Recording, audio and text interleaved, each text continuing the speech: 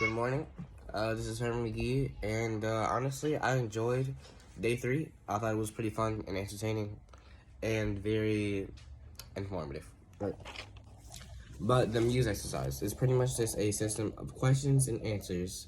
Statements and questions to get to the best statement possible. Right. So our topic was: is hip hop beneficial or harmful to the black community?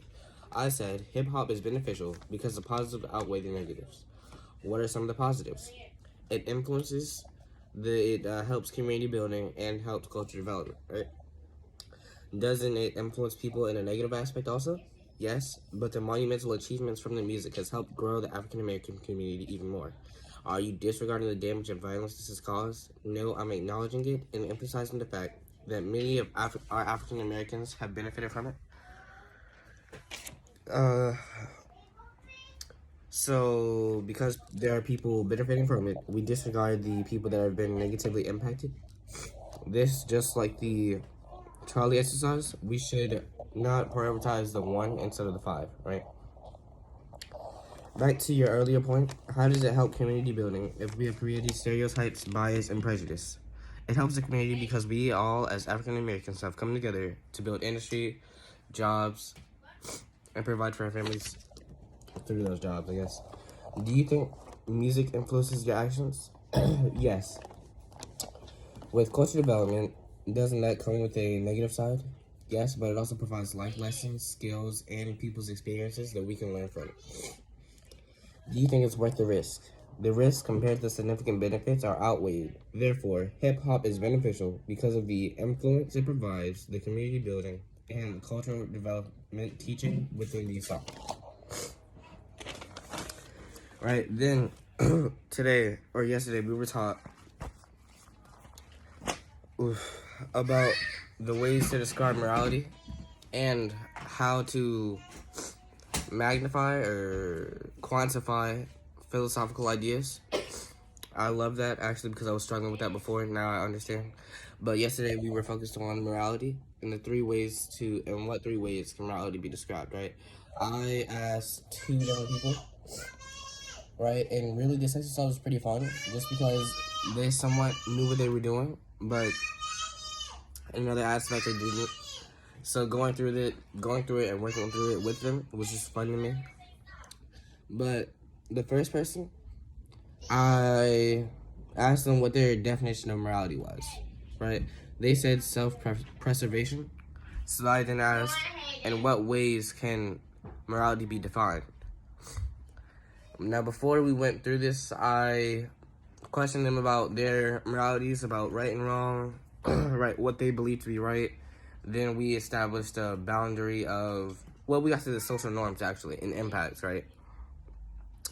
Then we actually got to talk about, really it was crazy because we got to talk about how you define or how can you quantify right and wrong. And then we talked about social norms, societal norms, right? Okay, but then we got into how to define in what ways can we define morality, right?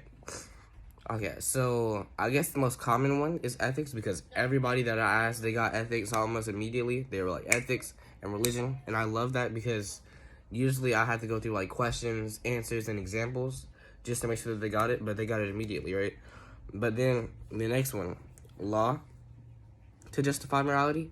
That one was a bit harder, but after a couple of examples, like, how do you know that robbing a car is wrong or stealing from someone or killing someone, right? And then we got to the point where, yes, that's illegal. And then what is that? Yeah, that's against the law, and that's how we know that's morality. And then the hardest one, I want to say, because everybody that I talked to struggled with it, was utility and outcome, right? Because even with my examples, we were still, I guess I need to focus on this one more because I'm not too sure how to define this one. But we were still struggling on utility, but we got outcome. We understood outcome after a while. I still had to give some examples.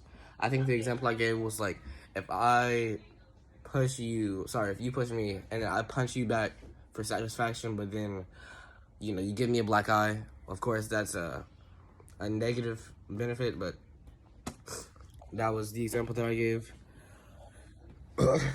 But then the other person that I asked, then I guess I asked about the examples So I need a positive outcome, and that's justified by the law, but it's against your ethics.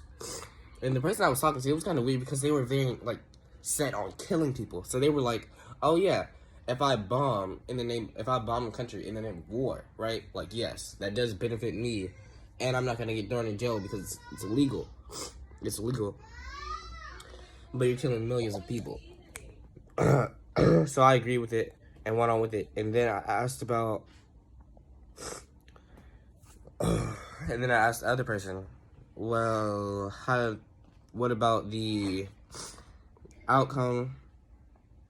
Sorry, excuse me, I have a little runny nose. What about the outcome and the ethics, right? So you have to have outcome, but no ethics, right? And he was like, oh yeah, towing someone's car. And I like this answer a little bit more because it wasn't as negative. But in total, I think they really understood the topic after we explained it, and it really helped me understand how to teach better. And I really realized that I like a system of questions, answers, and examples to help them solve it themselves. But yeah, honestly, thank you. It's been fun. See you later.